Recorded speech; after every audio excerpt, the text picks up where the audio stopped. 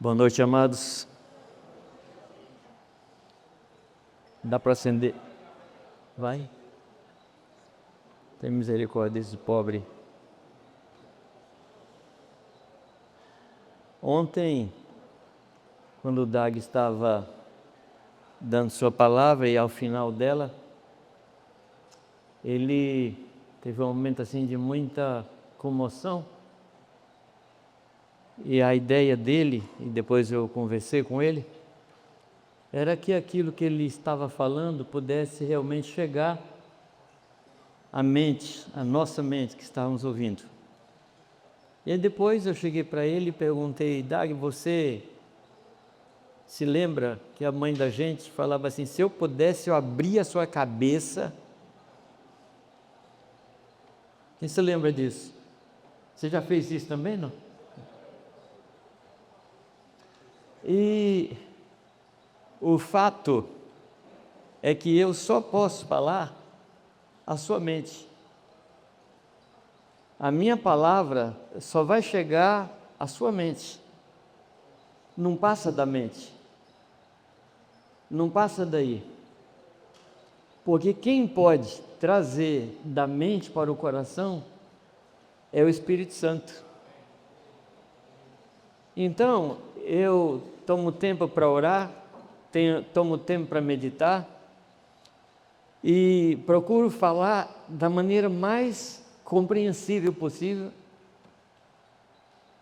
para que a mente de vocês compreenda, para que o Espírito Santo tenha material para fazer chegar no coração. E vocês sabem que uma das características dos animais limpos era a capacidade de ruminar. Lembra não? Era a unha fendida e ruminar, a capacidade de ruminar. E alguns animais têm 2 estômagos, o boi tem 4, né? Mas alguns animais têm 2 estômagos. Ele come durante o dia, à noite, volta para a boca, ele mastiga aquilo, e aí só depois disso que passa para o próximo estômago. Se a comida ficar somente no primeiro estômago, ela se torna algo tóxico e mata o animal. A letra mata. A letra só traz vida se eu ruminar. E ruminar significa meditar. A palavra meditar na língua original é ruminar. Meditar é a mesma coisa. Então, a minha oração é que o Espírito Santo pegue aquilo que eu vou falar e faça chegar ao coração de vocês. Eu fico assim um pouco desesperado, porque eu não posso ir além disso, mas deixa ele falar uma outra coisa, uma outra figura. Eu, por caminhos estranhos, eu comecei a estudar raios. Raios duplos e triplos.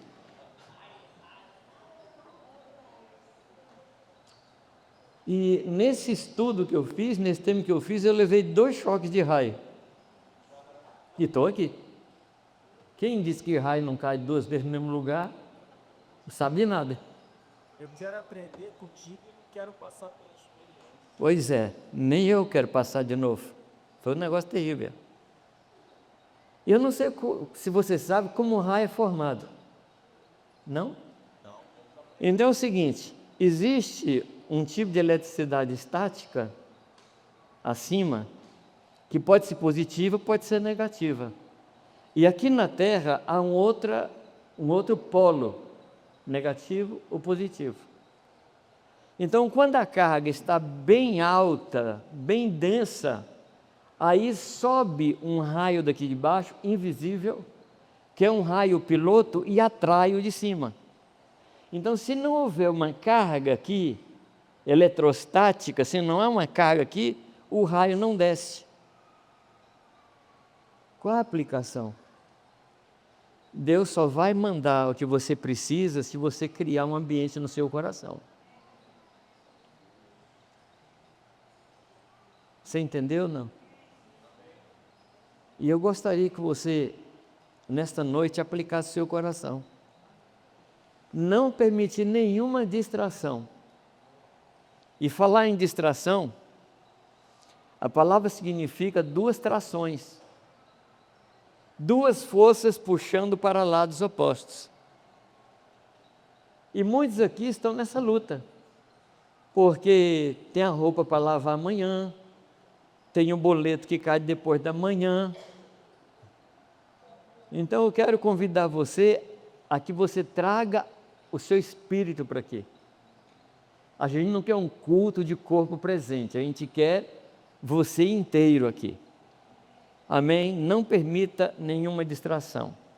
Então eu quero que você abra sua Bíblia comigo na carta que nós começamos. Qual foi? Primeira carta de Pedro. Antes de falar da carta, na primeira noite nós ouvimos aqui, foi na primeira noite, quando é que o Pedro falou? Primeira noite. E ele estava falando sobre o Evangelho, e é um tema que eu amo muito. E eu escrevi sobre isso, o que é o Evangelho.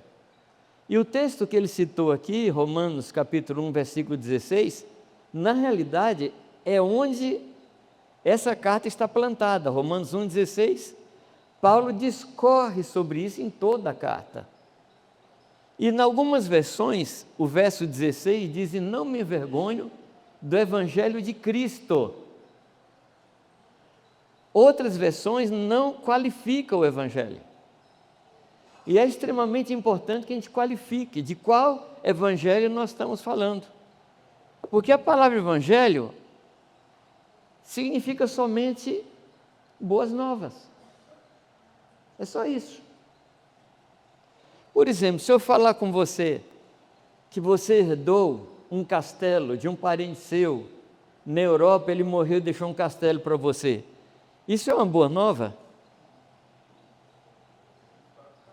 Sim ou não? De quê?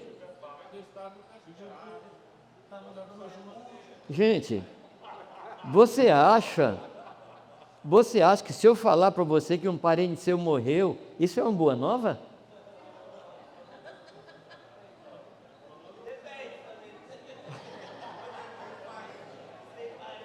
Eu não entendi vocês, não. Estou falando que um parente morreu, vocês estão pensando no castelo? Que povo mais...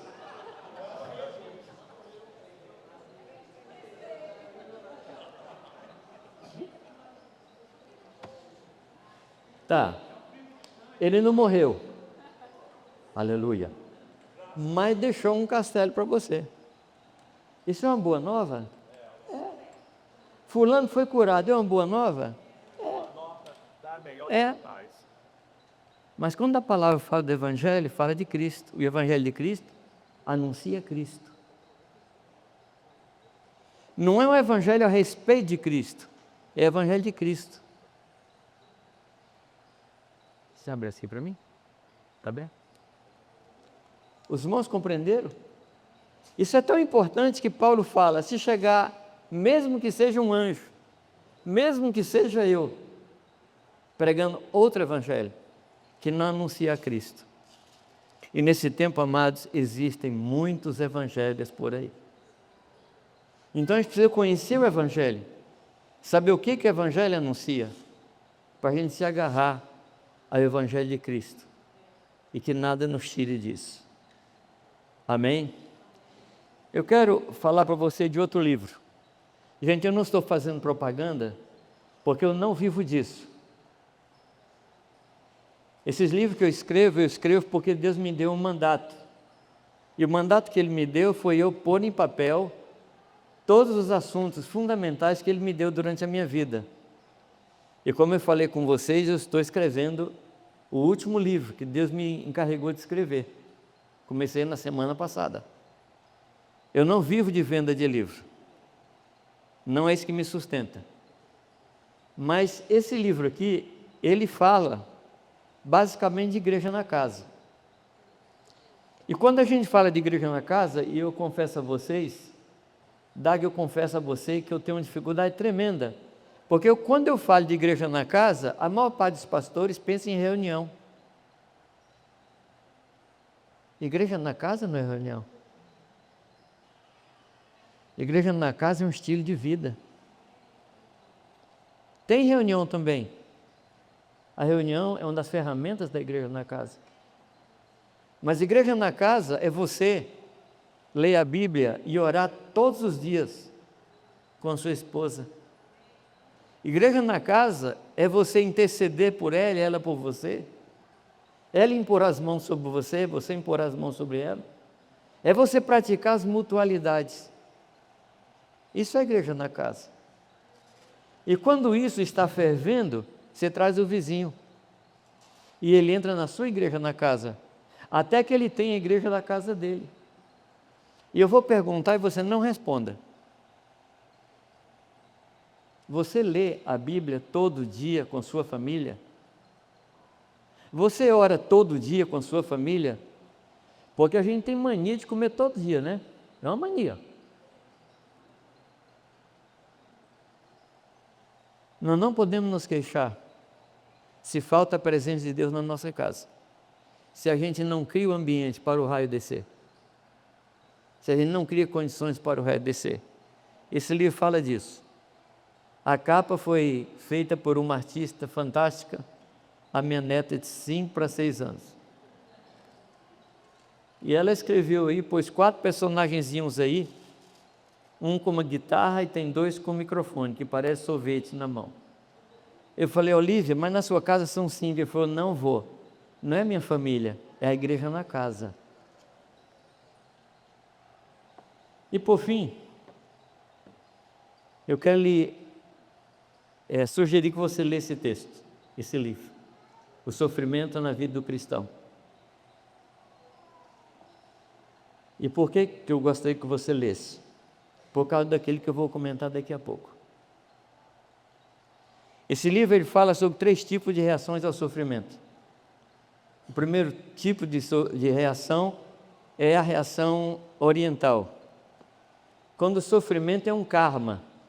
Sabe o que é o karma, né? O karma é aquilo do que você não pode se livrar. Tem que sofrer. E tem que sofrer para que na próxima vida volte melhor. Não dá para escapar do karma. Isso é como o oriental enxerga o sofrimento. Já o ocidental enxerga o sofrimento como uma maldição. Inclusive tem cânticos sobre isso. Tem uma mensagem, pare de sofrer. E se você está sofrendo, você está fora do plano de Deus. Se você está sofrendo, você não entendeu ainda Deus, ou você cometeu algum pecado. É o tipo de mensagem que não foi pregado para Jesus. Leia 2 Coríntios, leia 2 Timóteo. Quando o nosso irmão Paulo ele falou que ele esteve a ponto de desesperar da própria vida por causa do sofrimento.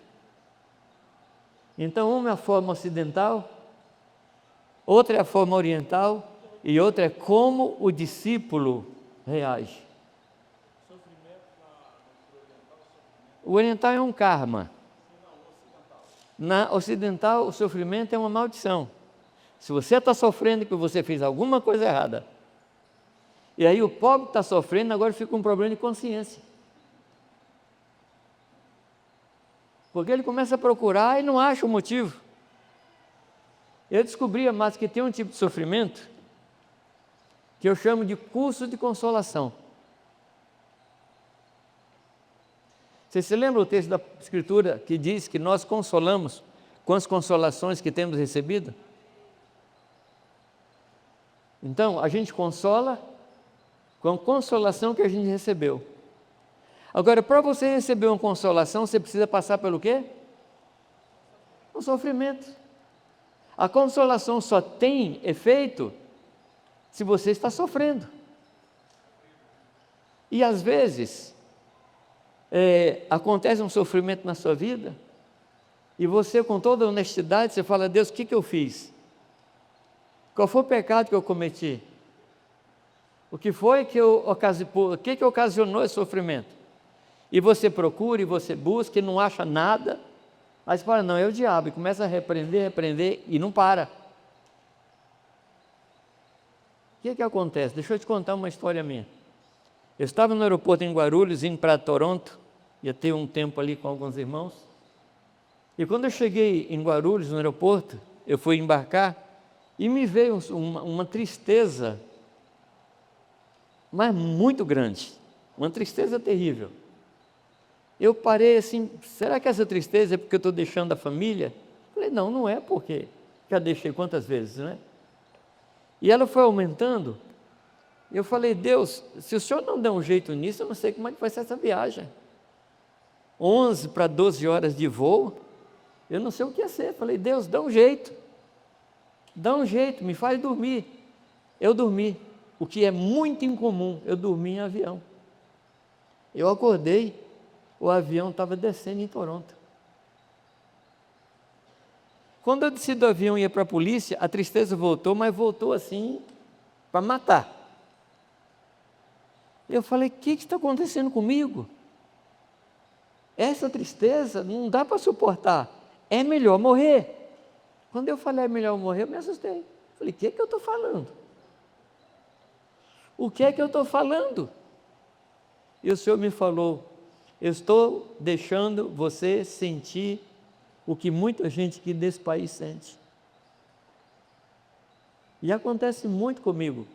Eu senti a dor de alguém para poder orar. Então, muito sofrimento que vem na sua vida não é causado por Satanás, não é causado por um pecado, é para Deus lhe consolar, para você poder consolar devidamente. Isso eu chamo de curso de consolação. Deus está treinando você para você entender. Foi o que aconteceu com Jesus, que tendo sido tentado de todas as formas, nos compreende. Jesus não sabia o que era uma gestação, sabia não? Sabia em termos de experimentar. Então o que foi que ele fez? Ele se encarnou no ventre de uma menina, experimentando a gestação, 9 meses, o Rei dos Reis, o Criador do Universo, o Deus Supremo, no ventre de uma menina. Eu imagino a dor e a paixão dele no ventre ali, sem ação, ele estava ali. Ele experimentou o parto, poderia ter morrido. Ele passou por todas as fases de uma pessoa para resgatar toda a vida da pessoa, ele resgatou a nossa vida. Então ele experimentou todas as nossas dores para nos consolar. Amém? Então não estranhe o fogo que arde no vosso meio como se estivesse prestes a consumir, porque nós irmãos passam por isso o tempo todo. Amém?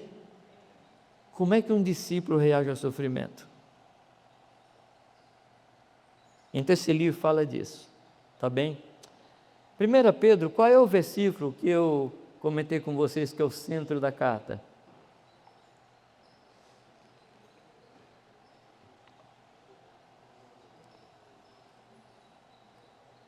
É verdade que vocês ouviram muitas coisas de onde para cá, né?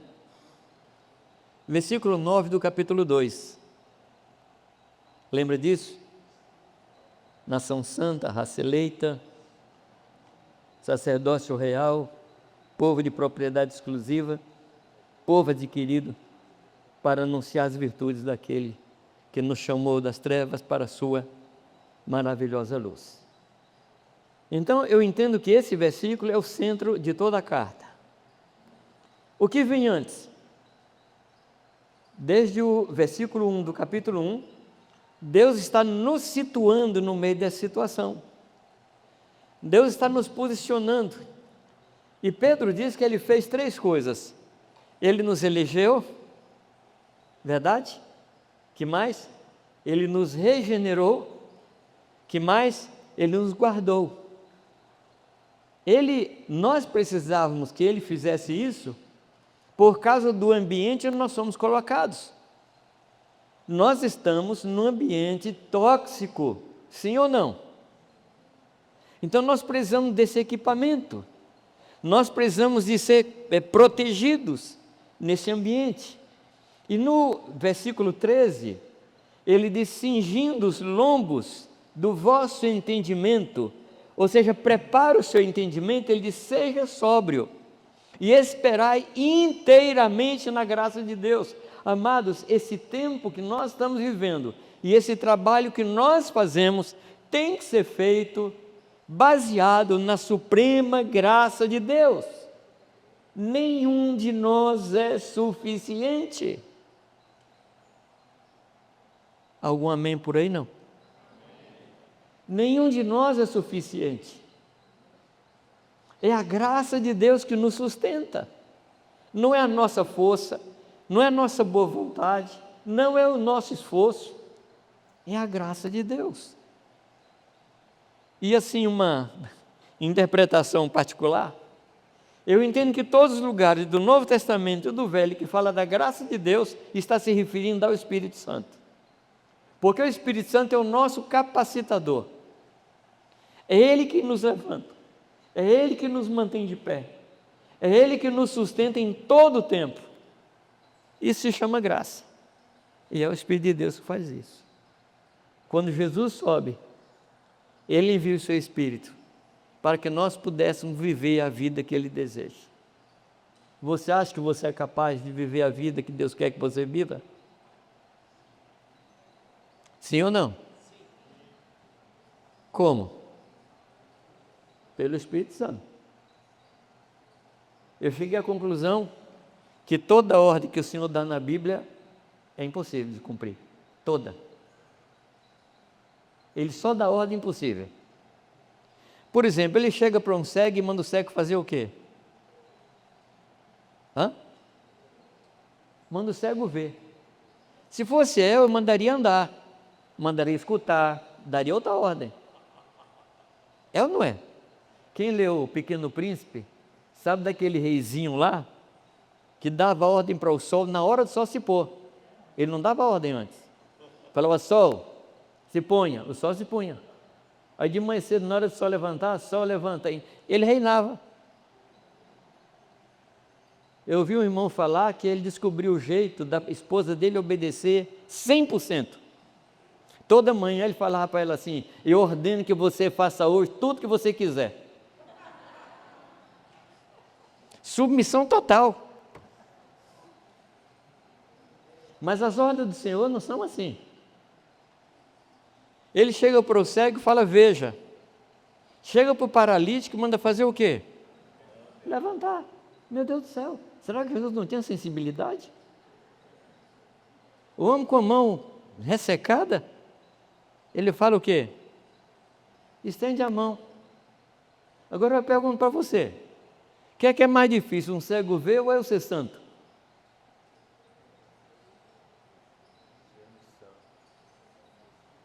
E ele complica, que ele manda eu ser perfeito como é perfeito o Pai. Então, amados, as ordens do Senhor não são difíceis, são impossíveis. O cara lá que fez o filme, Missão Impossível, não sabe o que é vida do crente. Porque missão impossível é a vida do crente, e isso é impossível. O resto lá é fichinha. E no nosso caso tem um problema que não tem dublê, né? E a gente que tem que encarar a coisa. Mas para mim o cúmulo dos cúmulos é quando ele chega num túmulo, o cara está lá dentro, morto e amarrado, se fosse só morto, né? Se fosse só morto, né? O que é que ele manda o cara fazer? Sai. Honestamente, eu gostaria de ver o filme, como foi esse negócio.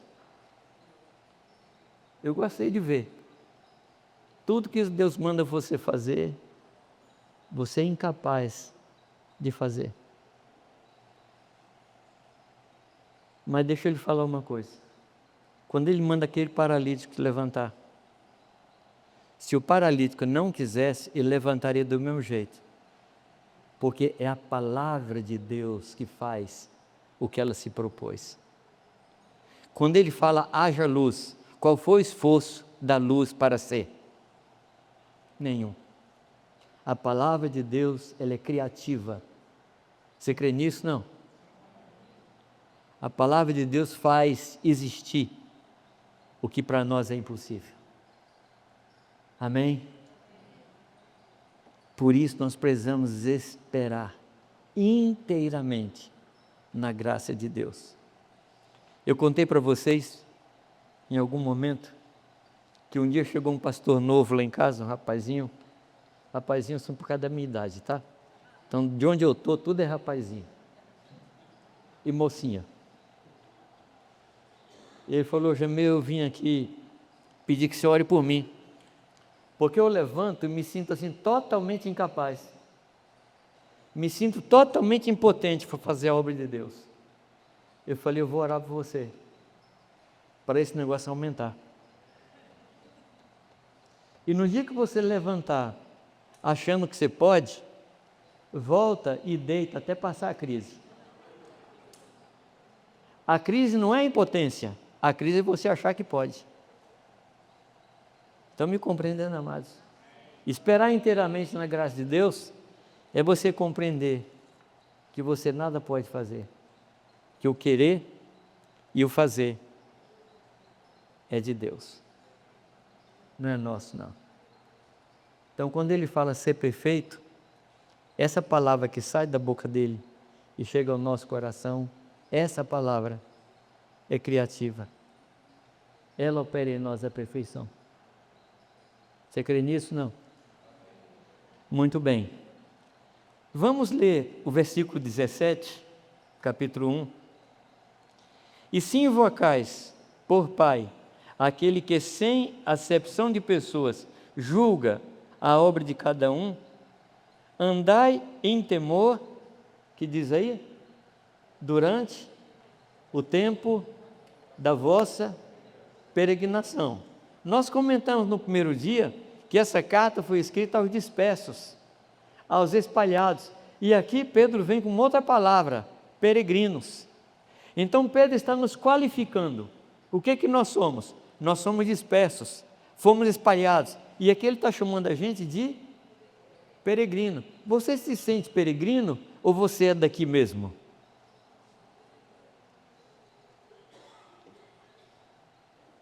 Você se sente peregrino? Então, os seus planos não são por aqui, né?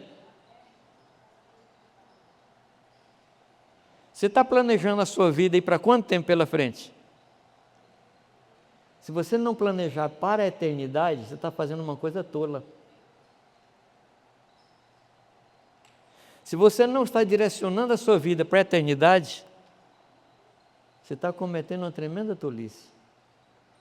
Eu estava uma vez num velório, e tinha assim um senhorzinho do meu lado, e a gente ali perto do caixão.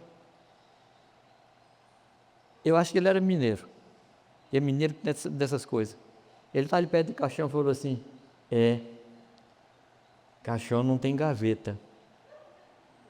E como é que é? Caixão não tem gaveta. Ele repetiu e não explicou. Eu falei: caixão não tem gaveta, caixão não tem gaveta. O que é isso? Não dá para levar nada. A única coisa com a qual você vai comparecer diante do Senhor é com pessoas que você ganhou para Ele. Por isso, das riquezas de origem iníqua, fazei amigos, para que quando as riquezas acabarem, os amigos recebam você no tabernáculo eterno.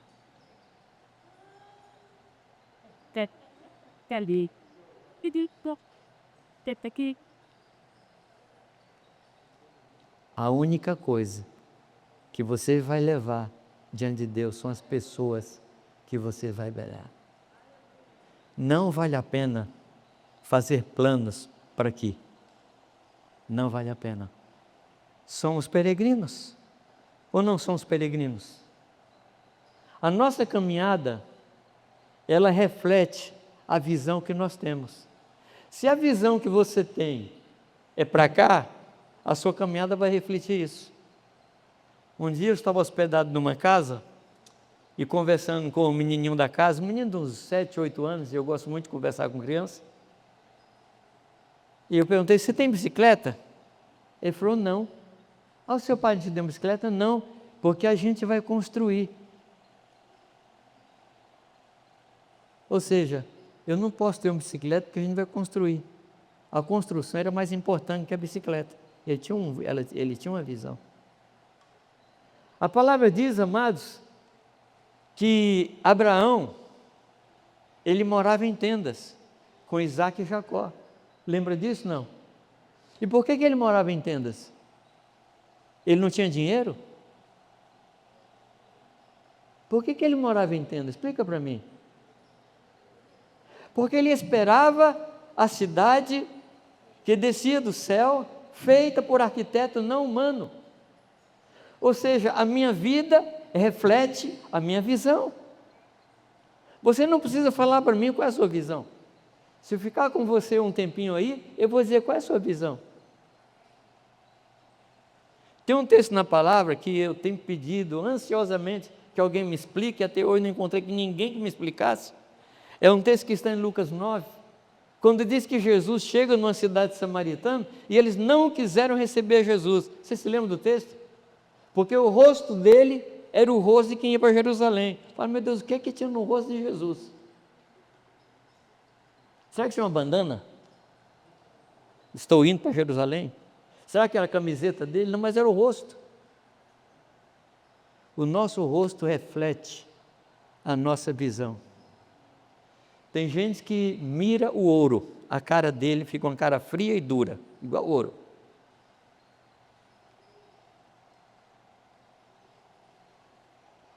Eu estava num aeroporto aqui na América do Sul, e estava do meu lado um argentino, a gente esperando a hora do embarque. Ele falou assim para mim: você já reparou que o povo daqui tem cara de nada?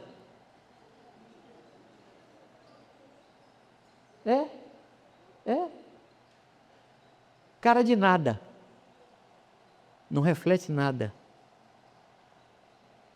A cara de Moisés refletia a luz que ele havia recebido do Senhor.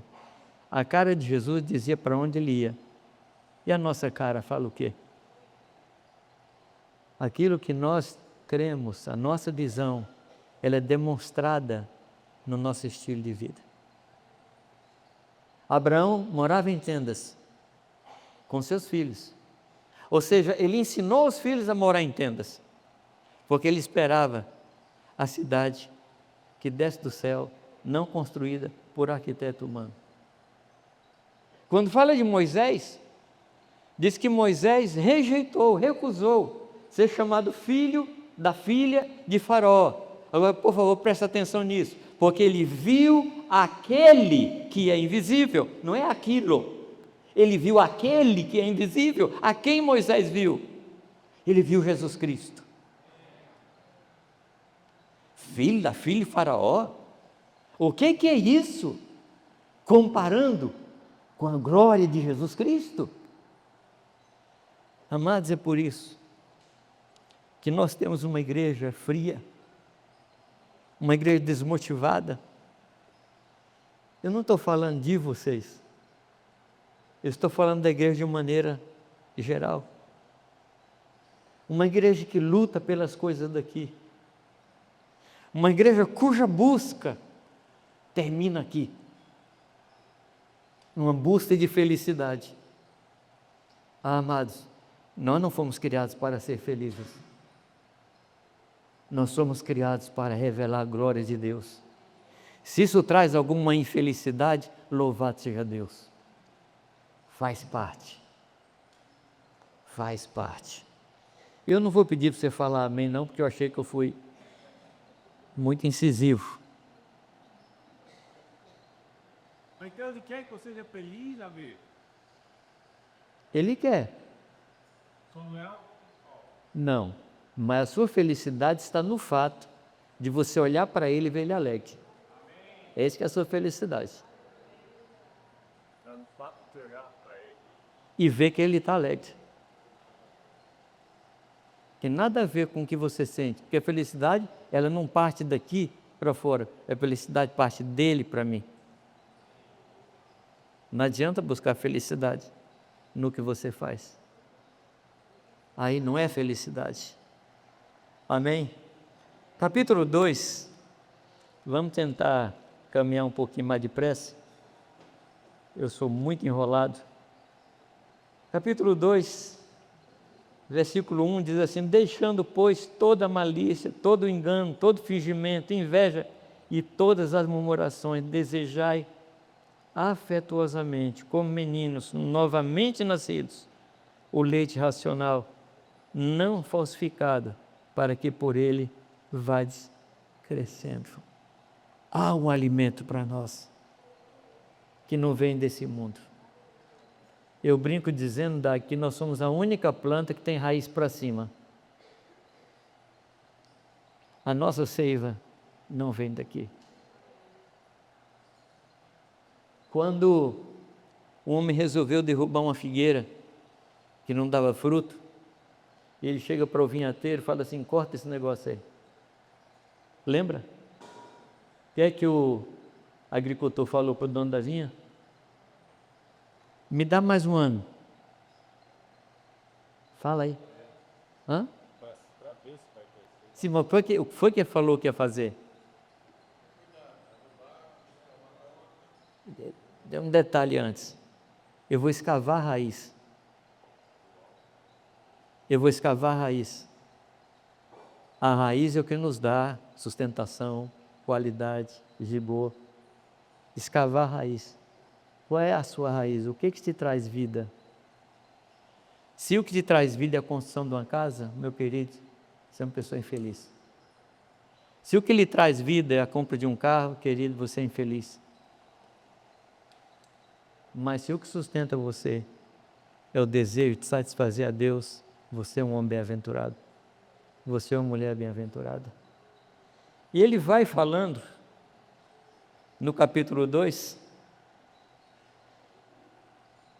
versículo 11, de novo, ele chama a nossa atenção para o fato: amados, peço-vos como a peregrinos e forasteiros. O que é que nós somos? Peregrinos e forasteiros. Em Campinas, há um bairro, Taquaral, um bairro assim bem chique, e lá nesse bairro moram muitos ciganos. E eu ajudei numa época uma igreja cigana, lá em Campinas, uma igreja muito interessante. Na hora do louvor assim, eles levantavam a mão para adorar a Deus, tinha um punhal aqui na cintura. Que coisa boa, um punhalzinho, um revolvezinho, um negócio assim, um canivete meio avantajado. Mas tinha uma coisa que eu achava muito interessante. As casas deles eram uma verdadeira mansão. Muito metal, muito mármore. E um quintal grande e uma barraca lá atrás. Eles moravam na barraca. A casa era só para ostentar, dizer que eles podiam. A casa era só para dizer assim: eu posso. A pergunta hoje é a seguinte: você mora em tendas ou você mora numa casa? E quando você pensa, deixa eu lhe contar uma outra experiência. A minha filha Cindy, que vocês sabem, ela e a filha dela trabalham com acolhimento de afegãos, trazendo afegãos aqui para o Brasil. E um dia ela estava conversando com uma missionária que trabalha no sul do deserto de Saara. E ela contava que ela estava pregando para, eu acho que eram os beduínos, ela pregava, estava falando de Jesus para esse homem, e foi se entusiasmando e falou da igreja, como é que é a vida da igreja. E aí o beduíno perguntou para ela: escuta, a sua igreja é leve? Ela falou: como assim? Não, que se a sua igreja é leve, eu vou mandar uns camelos lá, trazer sua igreja para cá, para ensinar a gente a viver como igreja. Gente, quando ela me contou isso, entrou aqui em mim assim, pô, uma flecha. Eu comecei a pensar: meu Deus, minha vida é leve? Minha vida é aquela vida assim que Deus tem liberdade de me levar para onde Ele quer? Ou será que eu tenho muitas raízes profundas e Deus não consegue me mover? A sua vida é leve? Você mora em tendas? Ou você mora em casa? Onde é que você mora? Tenda fala de algumas coisas. Fala de disponibilidade. Sim? Você sabe que disponibilidade é diferente de disposição, né? Se eu perguntar aqui, irmãos, quem está disposto a ir comigo para a África? Eu sei que muitos levantaram a mão. Então tá, então amanhã cedo nós vamos. Aí murcha a coisa. Essa é a diferença entre disposição e disponibilidade. Nós temos que ser aquele povo que Jesus passa na praia, diz assim, vem e me segue. E ele solta a rede no ar. E segue a Jesus. Tenda fala de disponibilidade. Tenda fala de simplicidade. Você não põe quadrinho em tenda, né? Pendura quadrinho assim na tenda. Não pendura samambaia. Na hora que Deus fala assim, enrola a barraca. Você enrolou, vai embora. Tenda fala de desapego. Então a pergunta é, você mora em tenda ou você mora em casa? Morar em tenda, estou perguntando a respeito do seu coração. Amém? Você já pensou se hoje à noite aqui o Espírito Santo falasse aos seus pastores, olha, separa fulano e fulano para uma obra que eu tenho, que eu quero mandá-los. Já pensou? Se Deus nos livre e guarde, né, de acontecer um negócio desse, né? Hoje aqui. Bate da dele aí.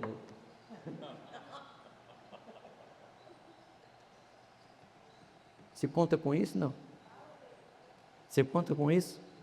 Está no seu orçamento? Está no seu plano de vida? Deixar Deus soprar e levar você para onde Ele quer? A igreja que Deus está levantando vai ser uma igreja que mora em tendas. Um povo à disposição do Senhor. Um povo que pode ser levado pelo vento para onde Deus quiser. Caminhar um pouquinho mais.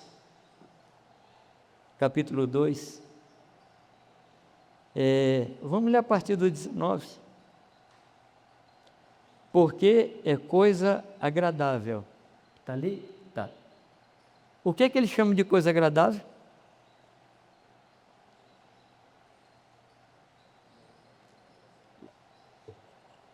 Vamos, gente. Porque é coisa agradável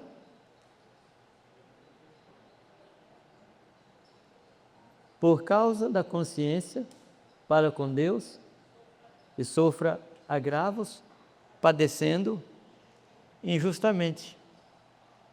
Quem é que gosta de sofrer injustiça aqui?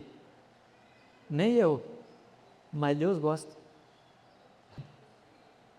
Ah, não, isso é injusto. Se você está sofrendo injustamente, isso agrada a Deus. Porque a gente não ganha nada se a gente for esbofeteado fazendo alguma coisa errada.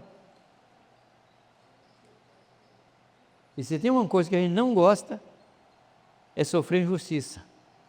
Mas Deus é glorificado. A ideia não é o que está escrito em Romanos capítulo 12? Que devemos apresentar a Deus nossos corpos como sacrifício santo e agradável a quem? Ora, se não for agradável a Deus, não serve. Ah, mas eu sofro muito. É sacrifício, ué. A gente canta os cânticos, que eu não sei exatamente se a gente pensa. Quando a gente fala assim, a andorinha encontrou casa. E que mais que diz? E eu encontrei.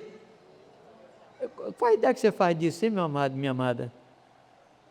Altar fala de quê? A gente canta isso tão assim. Não é? Deus, que coisa linda. Eu no altar e o fogo queimando. Meu Deus, como a gente não pensa. Ah, é aquelas lareiras chinesas, né? Amados, o nosso lugar é no altar, onde a gente perde a vida para que o Senhor seja glorificado. Da próxima você cantar, canta assim com entendimento. Não canta porque é bonito, não, canta com entendimento. O meu lugar no altar do Senhor.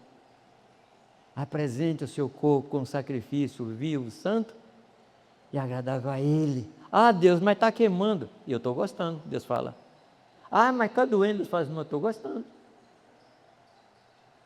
Para que possais compreender qual seja a boa, perfeita e agradável vontade de Deus. Quando eu passo em alguma coisa que é agradável a Deus, Deus permite que eu passe por outro que é agradável a mim. Mas essa é a ordem. Essa é a ordem. Voltando aqui para o 2. Por que glória será que se pecando sois bofeteados sofreis? Mas se fazendo bem sois afligidos sofreis, isso é agradável a Deus.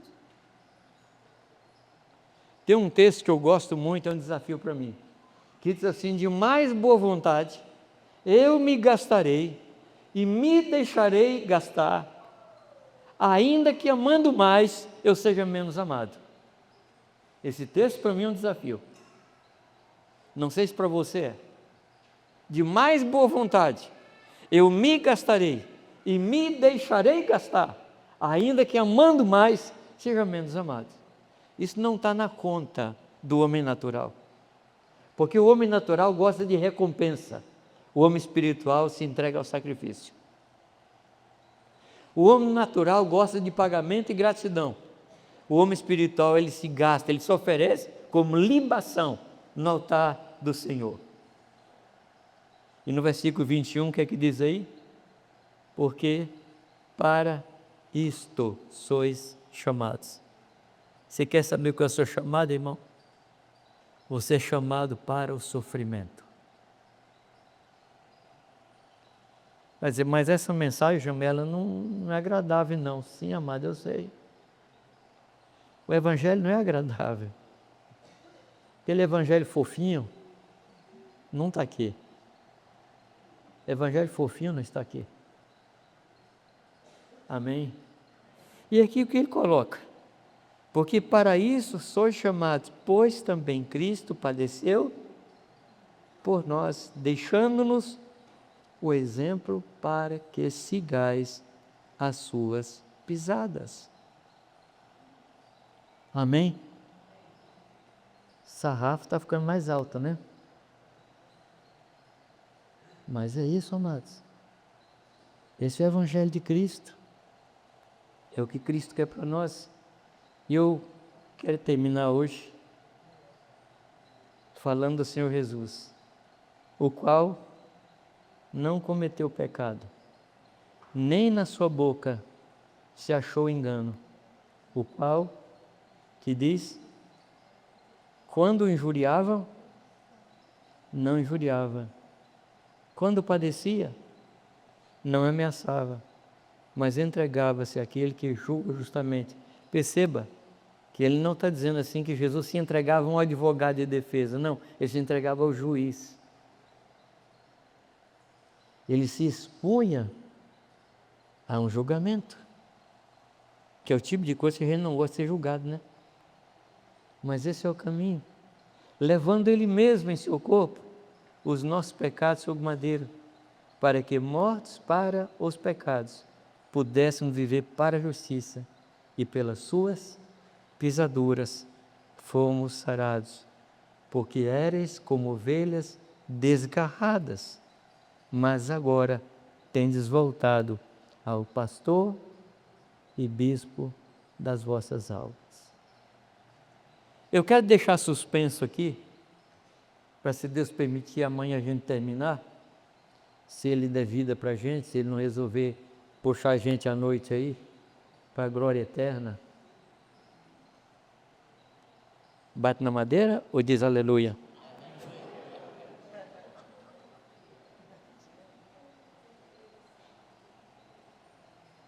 Você percebeu que logo depois que ele fala isso, ele fala para as mulheres?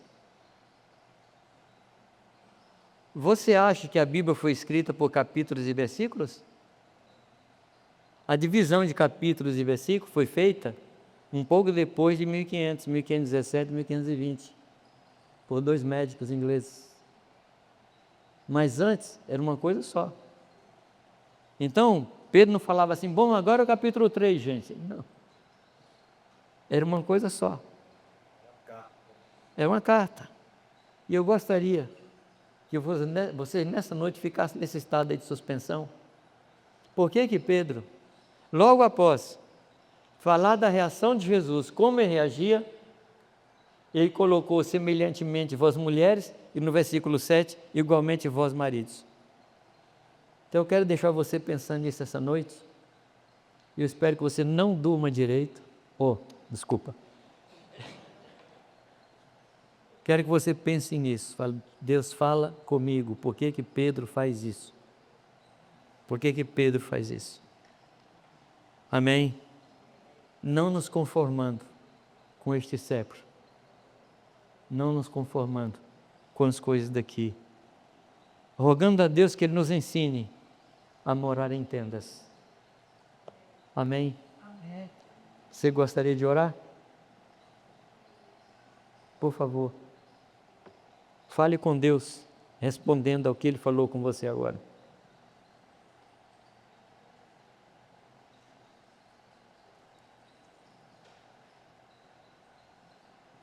Pode curvar sua cabeça, mais do que a cabeça, o coração, e responda ao Senhor. Não sei o que Ele falou com você. Você sabe.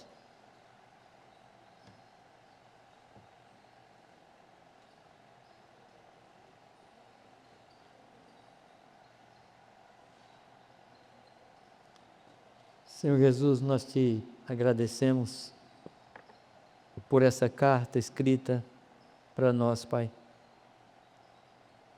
Nós abrimos o nosso coração e queremos ler esta carta como se fosse para cada um de nós. Pai, abra a nossa mente, abra o nosso coração. Tua palavra diz que o Senhor nos guiaria a toda a verdade.